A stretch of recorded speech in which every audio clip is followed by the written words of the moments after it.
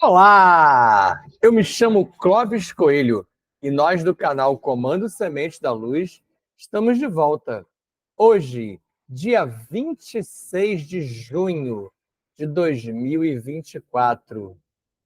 Terminando quase já o mês de junho, chegando à metade do ano, esse ano tão importante que eu venho ressaltando tanto para vocês, com a nossa aula de número 6 do nível 1. Vamos às nossas prévias, fechando os olhos se possível, concentrando na sua mente e no seu coração, foco interno. Esqueça por um momento que seja os problemas externos e foque em você. Você vai respirar de duas maneiras distintas. No primeiro momento, retendo o ar por períodos maiores, priorizando os 17 segundos, entregando uma energia poderosa para o seu organismo e expirando com força e exalando, expulsando aquilo que não te serve mais. E num segundo momento, ainda respirando, vamos conduzir uma entrada de energia poderosa, uma retenção que pode ser menor, mas não menos importante, e vamos eliminar alguns diversos painéis além daquilo que não te serve mais, bastante na linha do exercício que foi proposto ontem no canal e que lançamos com a ideia de ampliar o nível de permissão. Então vamos à nossa primeira etapa.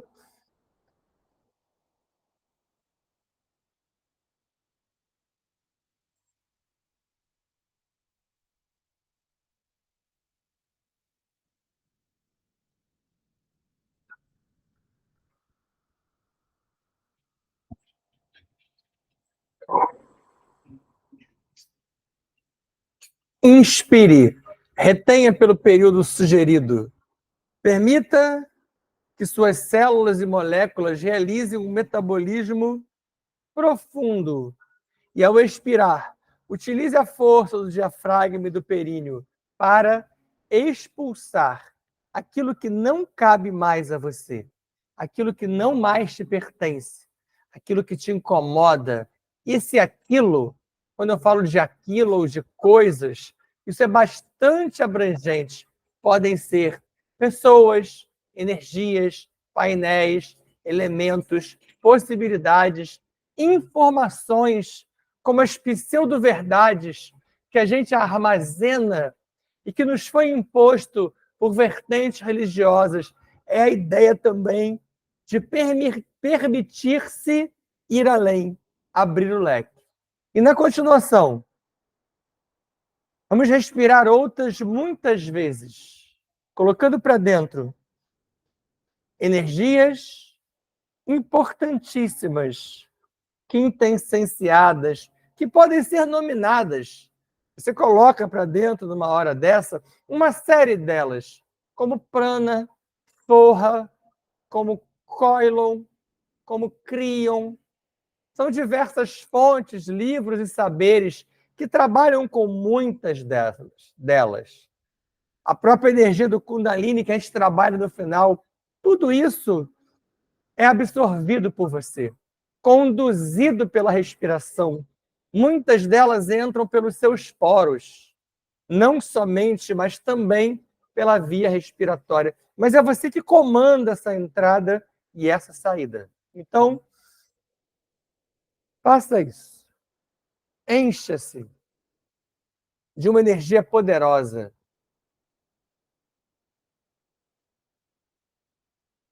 Vincule essa energia às ordens, aos comandos, às fraternidades, aos seres muito ligados a vocês, que são esses seres da erraticidade imediata, do nível próximo de nós, de nossos mentores, mestres, guias, amparadores, reveladores. Não se aprisione a uma religião, nem a lógica imposta de uma divindade que não é propriamente a fonte que tudo é. E Retenha.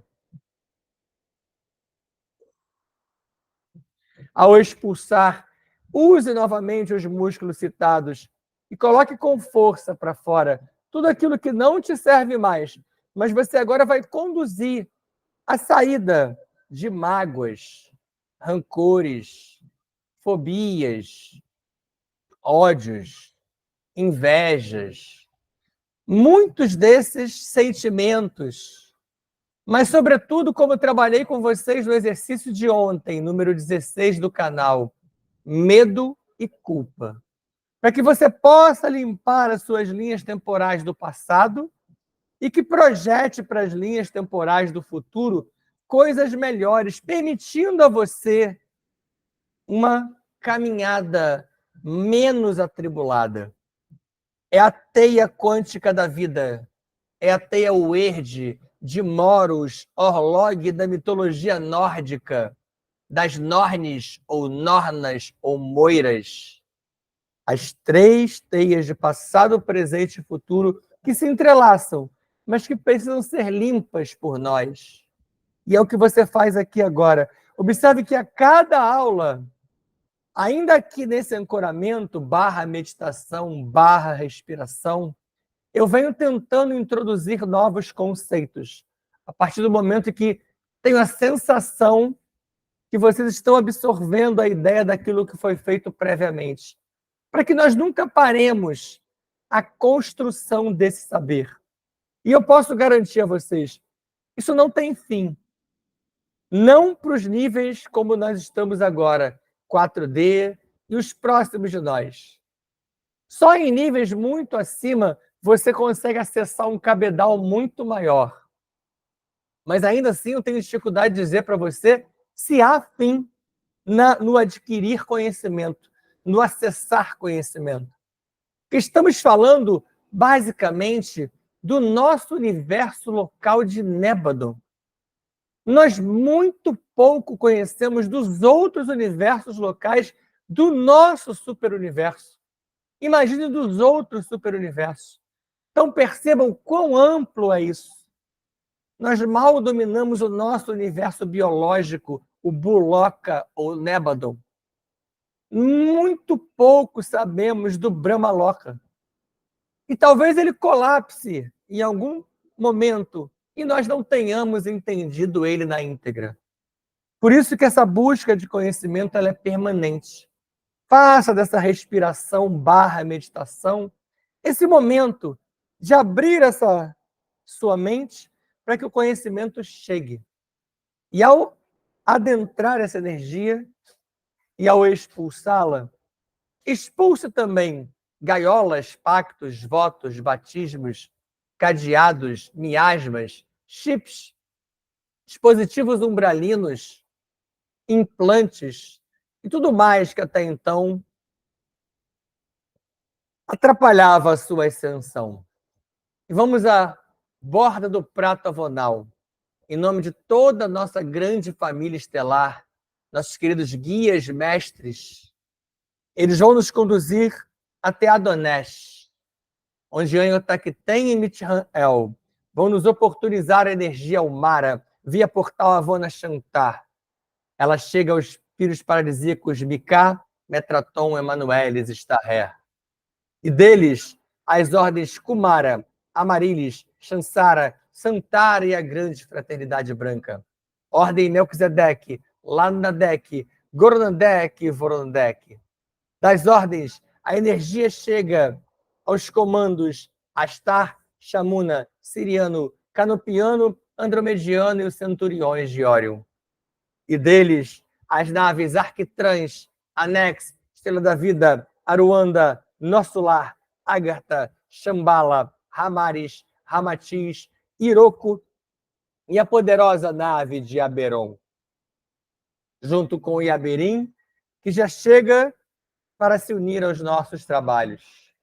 Assim, a energia Umara pode ser entregue aos comandantes Ashirion, Toranque, Norton, Oberon, Kirion, Kron, Stararielis, Rovena, Starhog, Yankohanin, Maria das Estrelas, Arkel, Astar Niolin II, Jaguar, Pantera Negra, que chega com todo o seu comando Panther e toda a equipe de dragões que trabalha conosco, ampliando aqueles círculos concêntricos à nossa volta, e entregando a energia Omara aos tronos de pretos velhos e caboclos de Aruanda.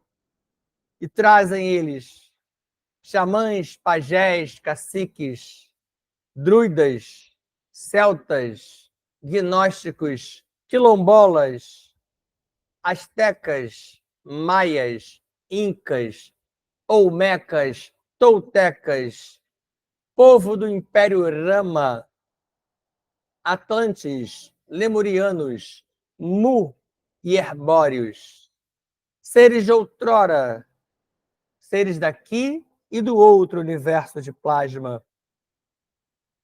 Muitos desses seres, elementos elementais, energias, já se encontram sendo trabalhados aqui em cada um de nós. E a energia Umar é entregue aos tronos de Exu e Pombagira, com Exu Veludo e Maria Padilha Rainha, formatando um enorme mercaba de proteção coletivo a todos nós, ligados às nossas tronqueiras. E nós, lá no centro desses círculos, formatando o nosso mercaba de proteção local, com nossos símbolos, imagens, cristais e incensos. E assim,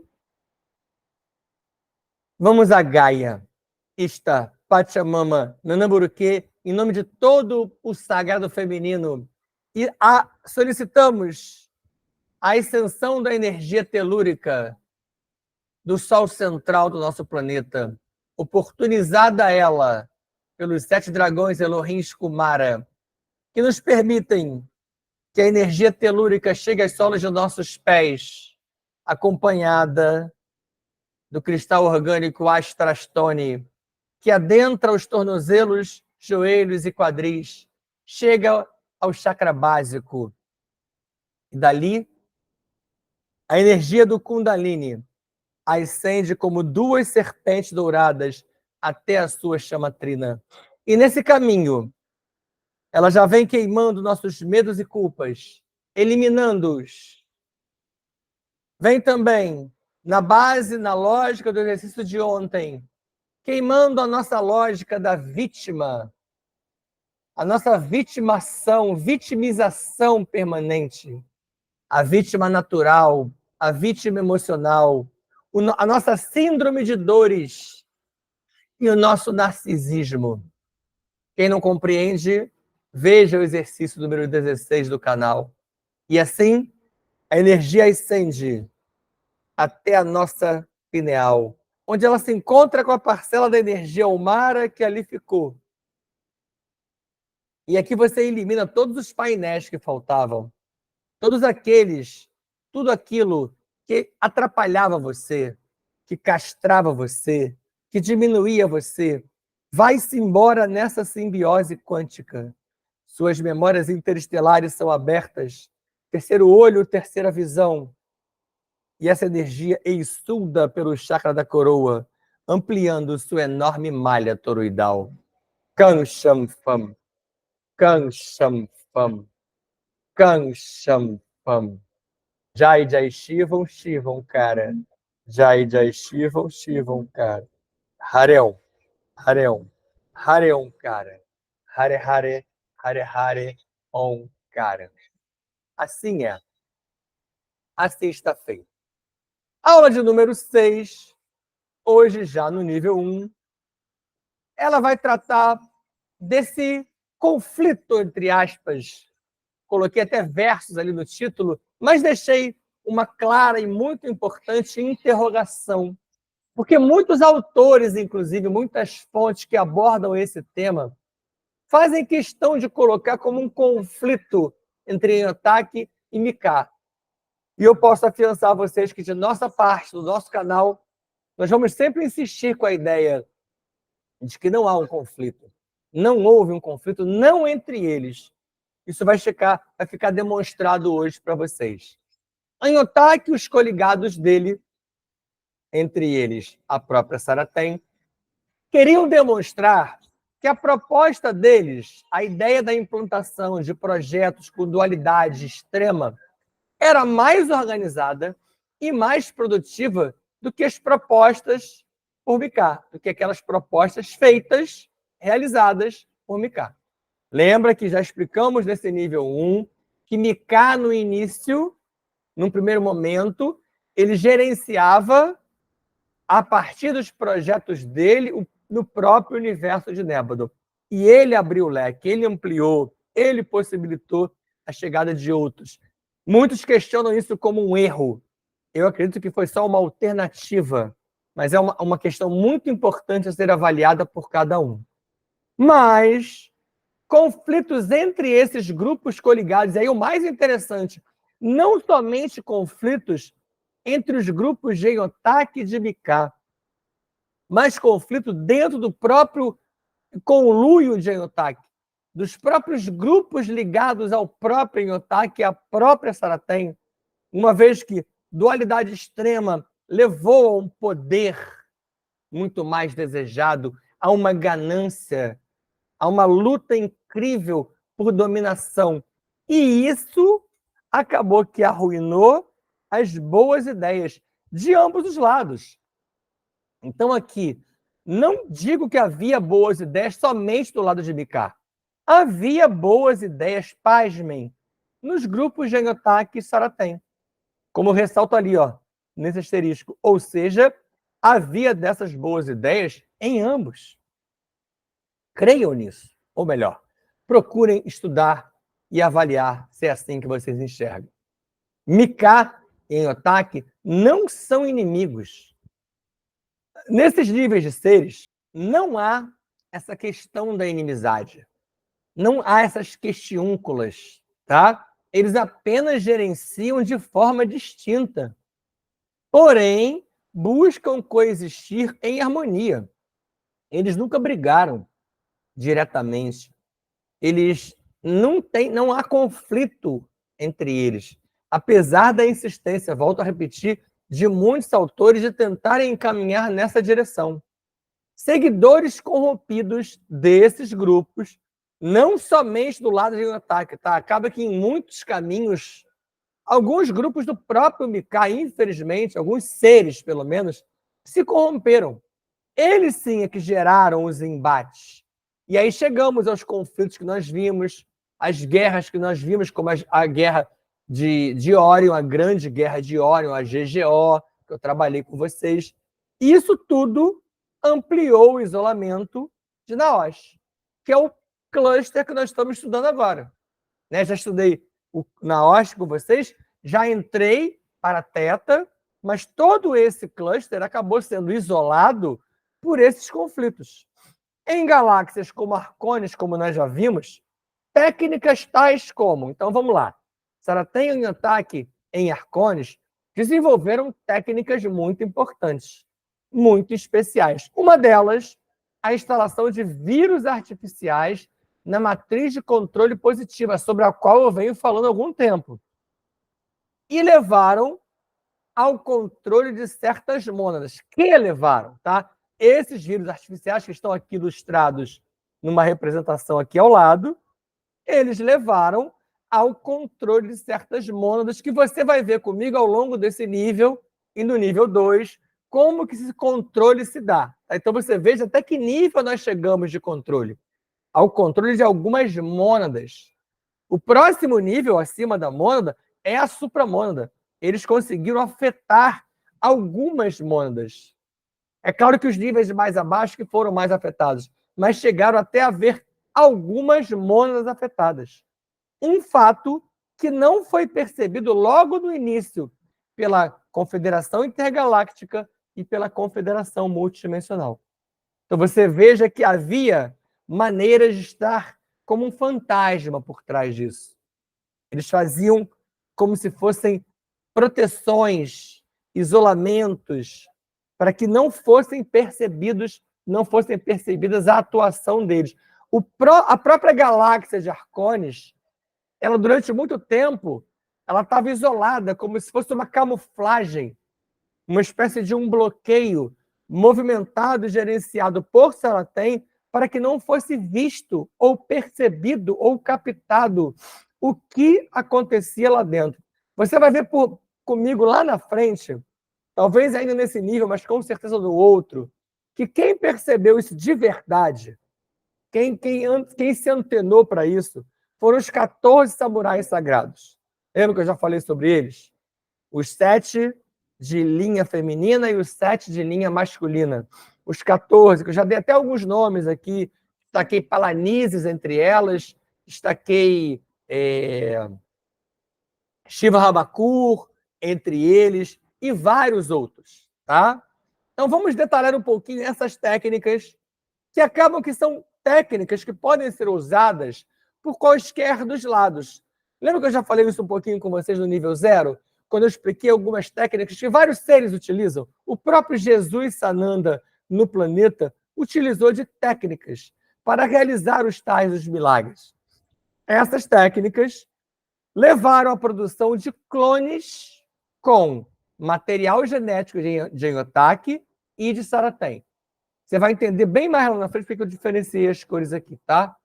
Que foram esses materiais genéticos e esses clones transportados para outras galáxias, como a de Andrômeda, a primeira que foi contaminada. Você já viu isso comigo, inclusive no nível 0, quando eu falei que a primeira galáxia para onde eles migraram, está aqui a imagem dela, ó, foi Andrômeda, tá?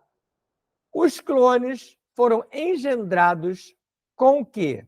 Com os códigos de dominação, gerando raças com elevado poder psíquico para controlar, por decreto e manipulação de Saratem, com códigos de 13 famílias genéticas de Arcones. E, nesse caso, Satã, como encarregado na replicação desses códigos. Você veja o quão mais fundo estamos indo aqui. Tá? Só é importante lembrar que esse Satã aqui, que eu ainda vou falar mais dele aqui no nível 3, está aqui embaixo no OBS1. Ó.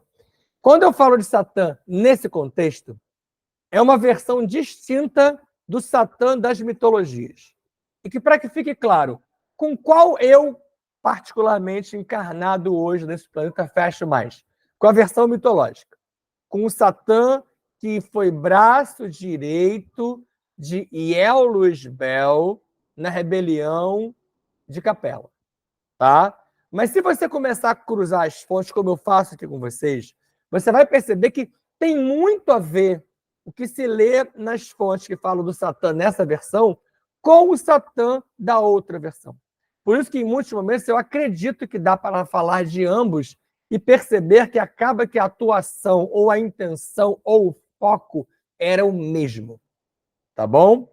Nesse contexto, então, dada essa explicação, Satã sabotou o projeto de Lúcifer na Via Láctea. E se você pensar na visão da rebelião, Satã sabotou Iel-Luzbel na própria rebelião de Capela, na chamada rebelião de Lúcifer. Lúcifer não tinha intenções que mais à frente Satã levou adiante, tá? Contaminando, inclusive, o projeto adâmico de Micá. O projeto adâmico de Micá fechava muito mais com a ideia de Lúcifer, e aí eu sei que é uma loucura para muitos falar sobre isso aqui, e quem mais atrapalhou foi Satã. Tanto que ao sair da cruz, Jesus, coligado desses projetos, foi fazer o quê? Ele foi resgatar Iel-Luzbel, que é Lúcifer, que estava numa faixa de realidade aprisionado depois da rebelião que ele causou com aquele vírus mental que eu explico para vocês, mas eu explico muito melhor isso aonde? Na primeira aula do Clube de Membros, quando eu falo sobre a rebelião de Iel-Luzbel de maneira bem mais detalhada. E Teta, que é o universo dentro de Naos que a gente vem estudando agora, acabou recebendo material genético contaminado após a divisão de Arcones. Como assim? Uma vez que você cria todos esses problemas, e eu falei para vocês que alguns grupos entraram em conflito, a própria galáxia de Arcones se dividiu. Se dividiu em questão de até onde eu quero isso. Então, nem todos abraçaram na íntegra as propostas de Saratem. Então, houve uma divisão. E aí a gente vai falar sobre ela agora um pouquinho. A divisão de Arcones gerou uma nebulosa de pequeno porte, com elevada densidade e próxima de Andrômeda. Daí a facilidade para eles terem migrado primeiro para Andrômeda. Então, o pessoal que se separou, que se dissociou, que ficou mais ligado à densidade, à dualidade extrema, acabou gerando uma nebulosa à parte. É uma separação, uma divisão, inclusive, física. Tá? Essa facilidade para Andrômeda foi o quê? Facilidade do transporte daquele material genético contaminado que vimos anteriormente. Vamos esclarecer um pouquinho esse material genético contaminado. Não é que ele estava sujo, ruim, mas ele estava influenciado por lógicas de DNA, por assim dizer, que fariam o ser oriundo dele tender a uma dualidade extrema. Então era um ser, e foi um ser, e alguns estão aí até hoje, muito ligado à ideia do poder pelo poder, da ganância, da dominação, da colonização, do imperialismo. Não é à toa que nós temos isso pelo planeta hoje. A Terra é hoje o foco de muitos desses seres. E se você fizer um comparativo, como é que funcionava a lógica lá no Brahmaloka durante muito tempo? No universo de plasma? Da mesma maneira. Percebe até onde eu quero chegar com isso? Esse material também foi transportado para portais estelares. Olha os portais de novo. Cujas tecnologias já eram dominadas pelas equipes mais antigas de Saratem, até mesmo antes de muitos grupos de Mika. Percebe a relação da antiguidade desses grupos de Saratem com a própria existência do Brahmaloka? Por isso eu cruzo tanto com vocês as informações de que o que acontece lá pode estar relacionado a Arcones, ok? Estava, assim, quebrada aquela primeira diretriz, aquela da não intervenção na evolução dos seres, com a inserção de tecnologia e conhecimento na evolução de raças geradas artificialmente. Foi o que fez Saratem, Anhotaki e muitos grupos dela. A ideia da primeira diretriz era que não houvesse isso, e eles fizeram isso acontecer. Com isso, houve o desequilíbrio da balança de forças e na harmonia de Teta. É onde se inicia, foi como começou todo o problema lá atrás. Vamos entender um pouquinho aqui agora Arcones não, Teta como um campo de pesquisas, tá? Na imagem anterior do slide que se foi, era um portal, tá? Era a ideia, a imagem de um portal ilustrativo. Assim, se estabelecem diferenças claras entre dois grupos de seres. O grupo dos confederados, que seguem diretrizes, que seguem as diretrizes todas, e que não intervêm, permitindo a evolução natural. E dos não confederados, aqueles que negam as diretrizes e que intervêm com a ajuda da evolução de raças. Observando mais uma vez, assim como eu falei que não há uma guerra entre eles, e que essa diferenciação não é propriamente de feio e bonito, bom e mal, positivo e negativo, essa evolução que vem a partir dessa intervenção não é algo negativo, nem é destruidor. Tanto que nós estamos aqui até hoje. É somente algo diferente. Gerou um diferencial. E isso fez com que muitos embates se dessem na sequência. Tá? Adiante do tempo, a imaturidade se destacou e se alastrou nos descendentes de Saratem e de alguns descendentes em Anhotaki. São muitos que estão aí até hoje ainda causando alguns problemas, ainda que de maneira isolada. Aí o campo de pesquisa. Ó. Teta era campo de pesquisas ilimitadas. Então era uma área muito importante. Por isso, a Confederação Multidimensional, a Confederação Intergaláctica e a Ordem Kumara solicitaram a autorização à Ordem Goronandek para avaliar uma possível resposta. Tem alguns livros que você vai ver por aí, de alguns autores, que falam de contra-ataque. Eu prefiro avaliar como uma resposta, tá? Que foi autorizada pela ordem Grothendieck. E essa resposta se deu como? Com a intensificação da codificação do projeto avatárico em Theta, que é o que a gente vai continuar vendo a partir das nossas próximas aulas nesse nível 1. E para fechar, mais uma passagem, um pensamento de Friedrich Nietzsche, um daqueles filósofos, aquele filósofo do martelinho que eu gosto tanto. Segundo ele, quanto mais nos elevamos, que é o que você está fazendo, menores nós parecemos aos olhos daqueles que não sabem voar. Então, o gado, a massa de manobra que assiste você dando esse salto, ele te olha como se fosse algo assim, nossa, que bobo, que estranho, que insignificante. Você não pode se importar com isso. Quando você começa a quebrar os paradigmas, quando você abre a mente, aqueles que não conseguem fazê-lo vão olhar você de outra forma. Continue na sua trajetória. Kang Sham Fam.